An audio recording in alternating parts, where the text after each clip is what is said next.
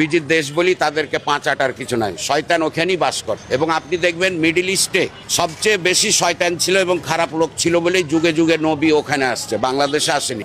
ঠিক আছে, প্রশ্ন এটাই। এজন্য ধর্মের আগে মানুষকে ভালোবাসতে হবে, তাই না? এই ভালোবাসাটা মুসলমান আমরা একে অপরের মধ্যে নাই। আরও কথা বলি, আমাদের দেশের কথা, মোনাজাত যত দীর্ঘস্থায়ী হয় মসজিদে, স্যান্ডেলের সংখ্যা চুরি ততই বাড়ে। আমরা হচ্ছে এই মুসলমান, ঠিক আছে? অতএব আর কিছু বলার নাই। আমেরিকা অ্যাটাক করছে ইরানে যে হরমুজ প্রণালীটা আছে, গত যুদ্ধটাতে আমেরিকা হেরে গেল, এই শোটার জন্য ওরা ভেনিজুয়েলা দখল করলো। তেলটা বিশুদ্ধ ছিল না, আমেরিকার বিশুদ্ধ তেল তৈরি করার মেশিন তৈরি করতে 2 দিনও লাগে না, তারপরে ইরানকে অ্যাটাক করবে এটা জানতাম। আমার প্রশ্নটা হচ্ছে রাগ আমেরিকা ইসরায়েলের ওপর না, আমার রাগ সৌদি আরব, কুয়েত, দুবাই, কাতার এদের ওপর। এসব মুসলিম দেশগুলো, এত বড় লোক কান্ট্রিগুলো ইরানকে সাপোর্ট না করে কেন আমেরিকান সোলজারদের আশ্রয় দেয় ওখানে? রাতে আমেরিকাকে নিয়ে আসছে সবকে। আজকে ট্রাম্প কিছু বলুক, সৌদি আরবের বাদশাহ সোনার টয়লেট পাঠায় দেয়, অথচ আদার্স থার্ড ওয়ার্ল্ডের মুসলিমরা না খেয়ে মরে থাকে। এই জন্য সৌদি আরবে আমাদের নবীর জন্ম হলেও সৌদি আরবকে আতু করার কিছু নাই। শয়তান হচ্ছে মিডিল ইস্টের মুসলমানগুলাই। এরা কেন ওদেরকে আশ্রয় দিল বলি তো তারা আজকে সাহস পাচ্ছে, তাই না? এখানে আমি আগে নিজের ঘরের ছেলে খারাপ হলে নিজেরটাকে আগে দোষ দিতে হয়, অন্যের ছেলেকে না।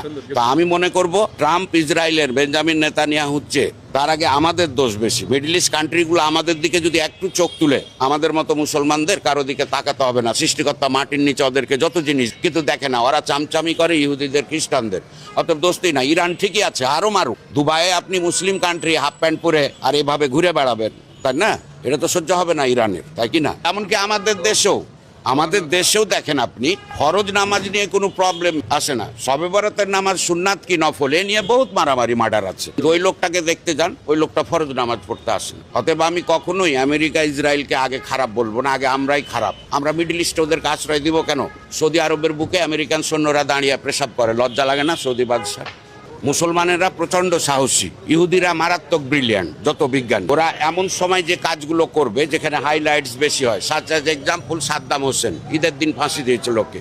ঈদের দিন তো দেওয়ার কথা না, কিন্তু ওরা ওই দিনগুলাতে দেয়। রমজানে অ্যাটাক হবে, আরও বেশি অ্যাটাক হবে, লোকজন জানবে, মুসলিম বিশ্ব হয়তো একতাবদ্ধ হবে, আন্দোলন হবে, এটাই চায় ওরা। আমেরিকা এবং রাশিয়া এই দুইটা দেশ কখনো মারামারি করবে না। স্নায়ুযুদ্ধ তো বুঝেন, ওরা মাথা দিয়ে নড়ে, কিন্তু ভিতরে ঠিকই মিটিং হয়ে যায়। তুই ইউক্রেন দখল কর, আমি ভেনিজুয়েলা দখল, তুই যুদ্ধ লাগা, আমি অস্ত্র বিক্রি করব। এদের চরিত্র এটা। কিন্তু আমার কথা হচ্ছে আমাদের চরিত্র খারাপ হবে কেন? মুসলমান হরমুজ প্রণালী বন্ধ করে আমরা যদি ওদেরকে তেল না দিই, ওদের গাড়ি ঘোড়া দুপুর পর্যন্ত চলবে, তারপর চলবে না। কিন্তু আমরা চামচামি করি তাদের। কেন দুবাই, কুয়েত, কাতার, সৌদি আরব আমেরিকান সৈন্যকে নামাবে?